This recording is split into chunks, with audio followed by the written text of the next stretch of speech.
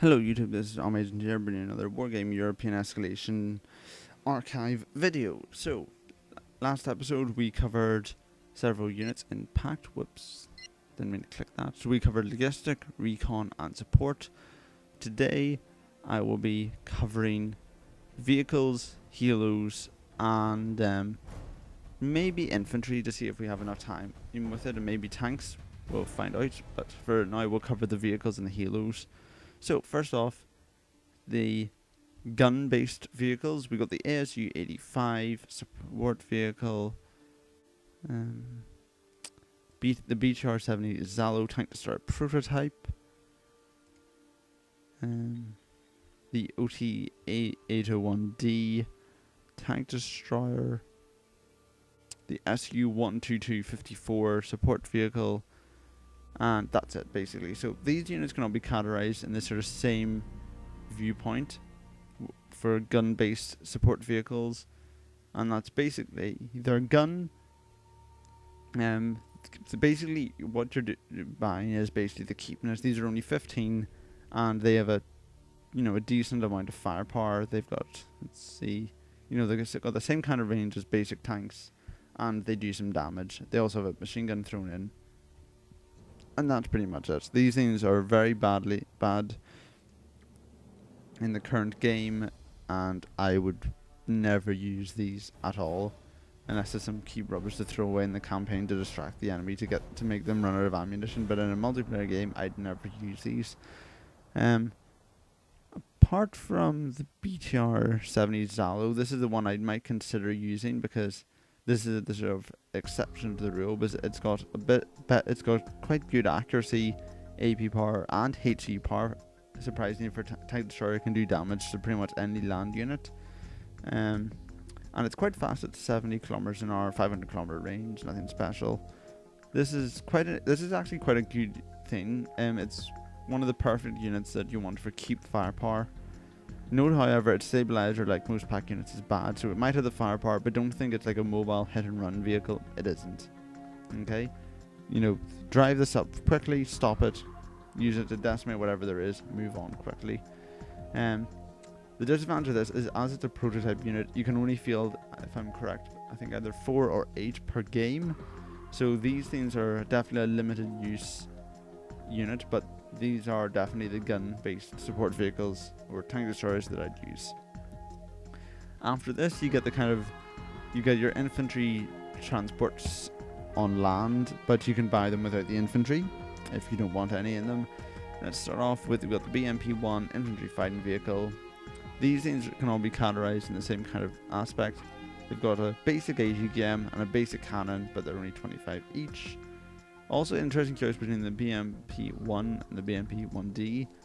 Yeah, you can either use a grenade launcher or an ATKM. I think that in the current version of the game, that's there's no conflict in there. Get the ATKM every time. This is actually a pretty good one. It's got decent range, good accuracy, and a lot of damage. But yeah, basically these are sort of slow infantry and ATKM platforms. And because ATKMs are so powerful at the moment in Wargame, these things can be quite deadly, especially if you underestimate them. I once underestimated these and they slaughtered my challengers. Then you've got the East German version. As you can see, you've got the sort of basic BMPs, but you don't have the variety. But it's just if you want to build some more. Then you've got the BMP2s. Generally, I think these are faster than the BMP-1s, and they have better ATKMs as standard.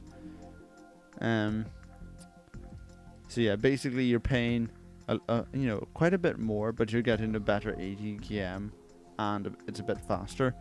You can also have the BMP-3, which is an upgrade on the BMP-2, which is a nice ATKM, a nice gun, and an autocannon as well. You very rarely see autocannons on packed units, and these are basically machine guns on steroids. They'll do a lot of damage, especially to helicopters. These things can shred helicopters quite easily, if a helicopter's stupid enough to get anywhere close to it. So then you've got the ATKM based tank destroyers. We've got the Malka, Conquer. Basically, these are keep ways to get to haul ATKMs around if you don't want to pay extra. Weak, little armor, low health, but you're paying only around 50 for some very nasty ATKMs, and generally they have more missiles than other ATKM units. So we got the Malka, the Shultum. This is quite a good one. It's 55, but look at that. The full ATKM, 2,800 meter range, amazing accuracy, amazing damage, 12 missiles that could bring down 12 tanks easily, and only 55 a pop. Very nice, I'd have to say. And yeah, okay, so you got the armored ATKMs, and then you got the keep ATKMs. So these are really keep. Actually, that one itself is actually just a recoilless rifle. I'm not sure what the use of that is, but yeah, basically the keeps are faster than the armored units, but they die very quickly. So basically, this is very keep ATKMs.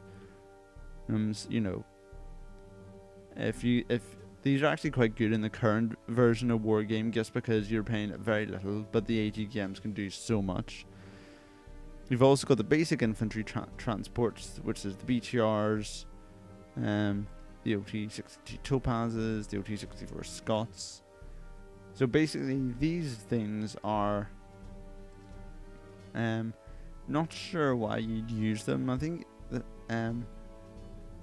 generally there isn't much of a use for these things unless, say for example, you've unloaded some infantry and the transport blew up and you need to buy them and you won't keep. But these things are incredibly keep at 5.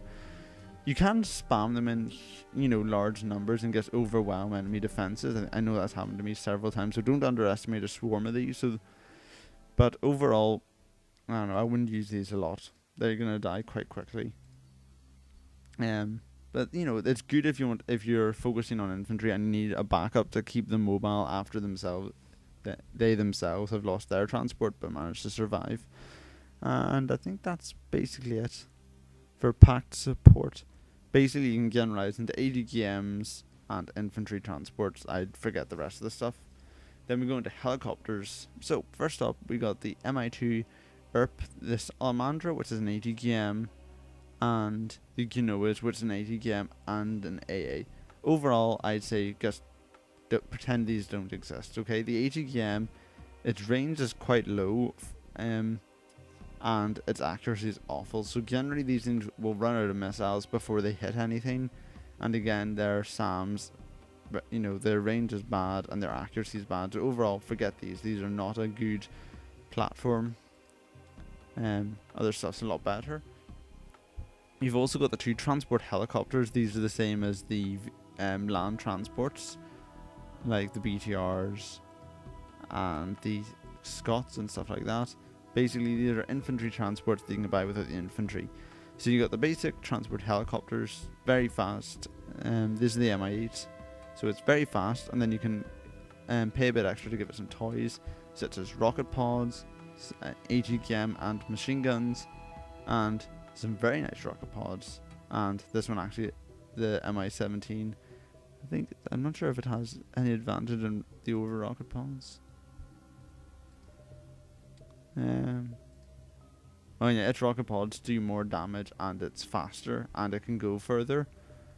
I think the East German version's just the same, again, but with a different flag, and it doesn't seem to have the advanced rocket pod option. These are interesting because, especially against NATO AA, because a lot of NATO players generally use the autocannons that they have on their equipment as standard, plus Chaparrals and Rolands, which are dedicated AA platforms. If you use these sort of keep 25 helicopters, fly them in, the Chaparrals only have 4 missiles, so they can only take out 4 helicopters max. You waste 100 in these, but then you fly in your super stuff like your Havocs, to sort of deal to knock them out. And let's just get on with Havocs. This is basically the god of units. This is basically death. If they don't have AA, this can take out up to 1,000 points worth of stuff easily. Its equipment it's got a basic autocannon for as a last resort and against other helicopters. Its rocket pods are pretty nasty. They're the same kind of rocket pods that you get on the Mi-17. I think that they don't have the same amount of ammo. No, they only have half the ammo of the Mi-17s, but these are very damaging rocket pods. These will kill anything unarmored quite quickly. And then for the stuff with armor, you've got these amazing ATKMs. These have the full ATKM range, super accuracy, super power, and they carry twice as many missiles as the NATO super helicopter, the Apache. Also, they go incredibly fast at 350 kilometers an hour. Just remember, this is faster than your recon helos, so keep that in mind. You might need to slow them down a bit, because they don't have normal optics. So, interesting point to note.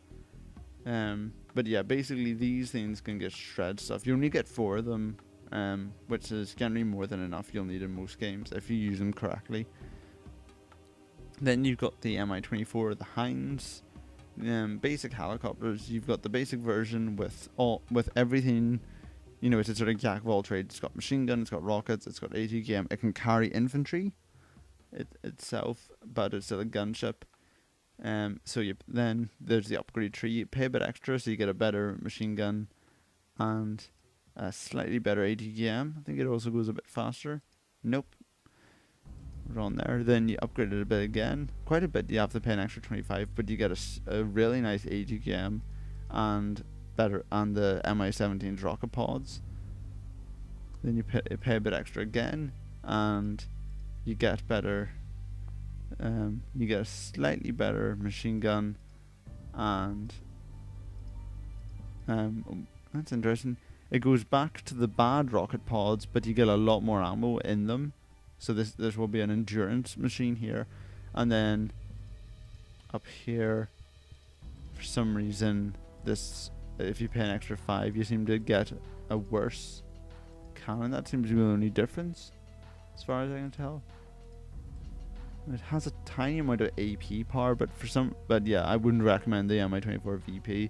You pay 5 extra for a worse gun. But you know, again, if all your Mi-24 Vs and Ps have been shot down, and the VP is there if you need it. And then again, PACT, the East German version, it's basically the same thing as this one, but different flag, so you can feel the few bit more of it if you want.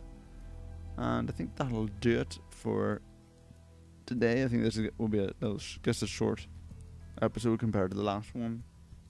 And yeah, so in the next one, I'll cover the tanks, of which there are many, and the infantry, of which there really are many. I mean, look at that. It'll be very confusing and long, so I will see you then, and goodbye.